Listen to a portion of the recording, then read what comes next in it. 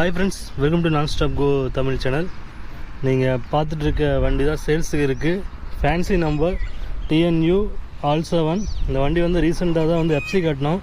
5 years வந்துட்டு இதுக்கு FC வந்து கரண்ட்டில் இருக்குது. பேப்பர்ஸ் எல்லாமே கரண்ட்டில் இருக்குது.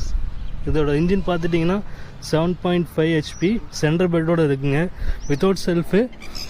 இந்த வண்டி பார்த்துட்டிங்க அப்படின்னா 1975 மாடல்.